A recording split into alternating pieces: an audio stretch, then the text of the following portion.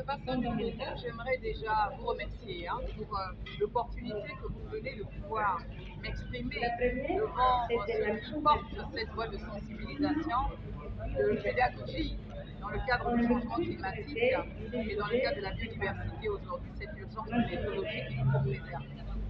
J'aimerais peut-être vous rappeler qui nous sommes. Le bassin du Congo aujourd'hui, c'est le premier poumon écologique de la planète. Aujourd'hui, cela est avéré. Vous connaissez tous l'Amazonie de par sa superficie et de par le passé était l'un des remparts de l'humanité en matière de régulation du climat. Mais aujourd'hui, nos forêts du bassin du Congo, vous connaissez nos forêts séquestrent 1,5 milliard de tonnes de CO2. Mais ce que l'on ne vous dit pas assez, récemment, on a découvert ce qu'on appelle les tourbières du bassin du Congo, qui, elles, stockent pas moins de 31 milliards de tonnes de CO2. Je vais vous le dire autrement, c'est l'équivalent de 3 à 4 années d'émissions de gaz à effet de serre de toute la planète. Et le bassin du Congo, c'est aussi une autre particularité. Nous abritons également 10% de la biodiversité mondiale. Et le bassin du Congo, c'est également sur le plan du bassin, ce qu'on appelle la ressource en eau. Nous avons ce majestueux fleuve Congo, d'où l'intitulé de notre commission climatique, bassin du Congo.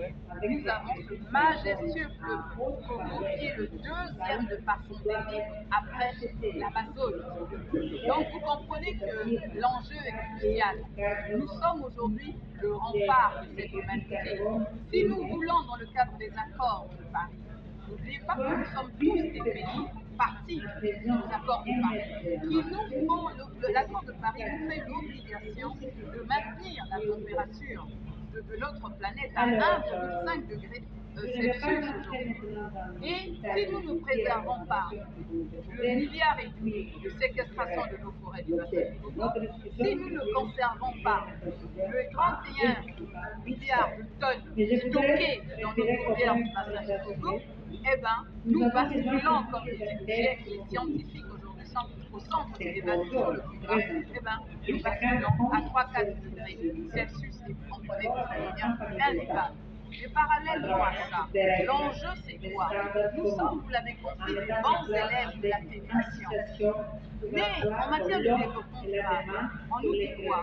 Nous devons pouvoir exploiter et tout en préservant pour les générations futures. Parce qu'il n'y a pas de planète, il n'y en a qu'une seule. Il n'y a qu'un seul habitat. Et nous y sommes tous.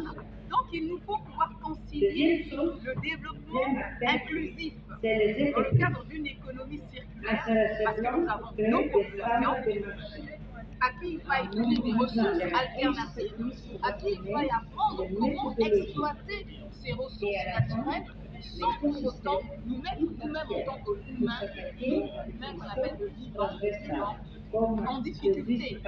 Donc vous comprenez qu'aujourd'hui, le One Forest Sommet, qui porte des questions climatiques, parce que les forêts sont des ressources naturelles au centre même de la régulation du climat.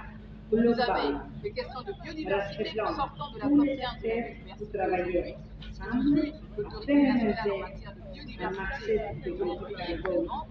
Et donc nous sortons de la COP15 avec des engagements sur également tout ce qui a trait à l'eau. Et l'Afrique n'est pas en reste, puisque nous avons également ce qu'on appelle les accords d'Abidjan sur toutes les ressources jusqu'au golfe de Guinée, qui portent le bassin atlantique et autres, sur les océans, sur les mers, sur notre propre bassin et notre propre continent africain. Donc voilà pourquoi il était important que nous prenions porter notre voix et notre soutien au One Forest Sommet porté par la République du Gabon aujourd'hui, parce qu'un seul voix ne l'avons pas le faisable. Nous sommes tous dans une initiative sous-régionale, certes, mais aujourd'hui il est question de partager avec les autres, le reste de la planète, nous pays du Sud-Est, les pays du Nord et les deux autres bassins qui sont associés également à cette initiative, le bassin de l'Amazonie, le bassin du Bornéo, mais tant qu'il est là, parce que ce que l'on ne dit pas, lorsque nous conjuguons, nous additionnons ce que représente le bassin du Congo, ce que représente le bassin de l'Amazonie, ce que représente le bassin du Bornéo Mekong, à nous trois, nous représentons 80% de la biodiversité mondiale. Et nous donnons à 1,5 milliard de population une économie de substitution par rapport à ce que nous voulons dans le cadre de la préservation qui sont identifiés de la préservation de notre planète, de nos écosystèmes, dans le cadre des 17 objectifs de développement durable. Voilà à peu près ce que je pourrais dire à ce niveau. C'est maintenant qui prépare ensemble les sommets pour les nouveaux parcours financiers de l'Europe. Voilà qui va marier les besoins. Vous savez très bien, c'est la question de financement, c'est la question partout. Il y a aussi des moments cette année, et c'était l'idée du président de la République, de réunir tous à Paris, le multilatéralisme de chacun de ces pays, et que ça aussi s'inscrit dans une belle histoire, et on continue ensemble à trouver des solutions pour faire face à la nécessité de finalement pour la décision énergétique écologique. Et bien sûr, dans le cadre de discussion de l'alignement où les États du Sud, qui sont les États les plus pollueurs, parce qu'il faut dire que l'Afrique émet qu'à 4% des émissions aujourd'hui. Donc ce n'est pas nous qui dégradons la planète, ce n'est pas nous qui impactons négativement. On nous avait promis quoi à Copenhague, même en revenant sur Rio. Il nous avait été promis 100 milliards de dollars par an pour porter ce qu'on appelle aller vers une transition énergétique, aller vers également ce qu'on appelle communément des questions d'adaptation. Puisque vous l'avez compris, avec des émissions de 4%, nous sommes de bons élèves de la régulation. Mais la question n'est pas là. La question, vous l'avez dit, c'est le nerf de la guerre. Nous rendons, en tant que rempart de l'humanité aujourd'hui, le bassin du Congo, cela est avéré. Nous rendons réellement ce qu'on appelle un service écosystémique. Le président Denis Sassou Nguesso, à la tribune de la COP26, à Glasgow, l'a dit, il a parlé de cette question de service écosystémique. Ça veut dire quoi en termes? Nous, aujourd'hui, nous permettons à la planète de respirer. Mais qu'avons-nous en retour? Comment nous allons vers notre agriculture qui doit être résiliente? Comment nous allons aller vers une ville intelligente avec la notion de durabilité?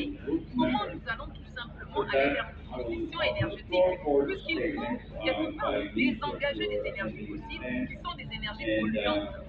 Donc toutes ces questions, nous venons les mettre sur la table. Mais ce qu'on ne dit pas, ce qui nous fâche, c'est quoi?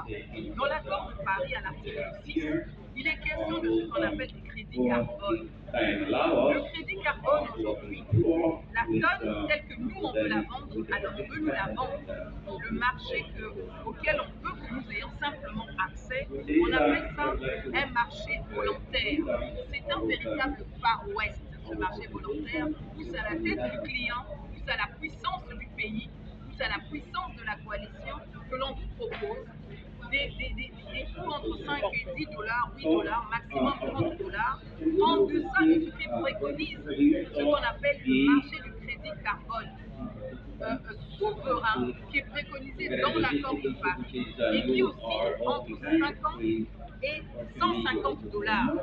Aujourd'hui, les pays partis comme les autres de l'accord de Paris, les pays du Nord, de façon globale, ont accès à ce financement. Et nous, on nous demande d'attendre un cadre institutionnel, un mécanisme qui, depuis l'accord de Paris, je vous laisse faire le calcul, 15 ans pratiquement après, n'a pas été mis en place et on veut nous empêcher de pouvoir bénéficier de ce qui nous est dû parce que nous rendons ce service écosystémique. On doit être rétribué parce que si nous n'avons pas cette rétribution, comment nous pouvons financer notre transition énergétique? Comment nous pouvons continuer à concilier l'exploitation durable naturelle et la restauration des terres dégradées et la réforestation des zones d'afforestation qui seront dégradées également. Vous voyez? Donc ce sont ces questions-là. Au centre, c'est le crédit carbone souverain. il faut employer des mécanismes de distribution, parce que ce n'est pas simplement le crédit carbone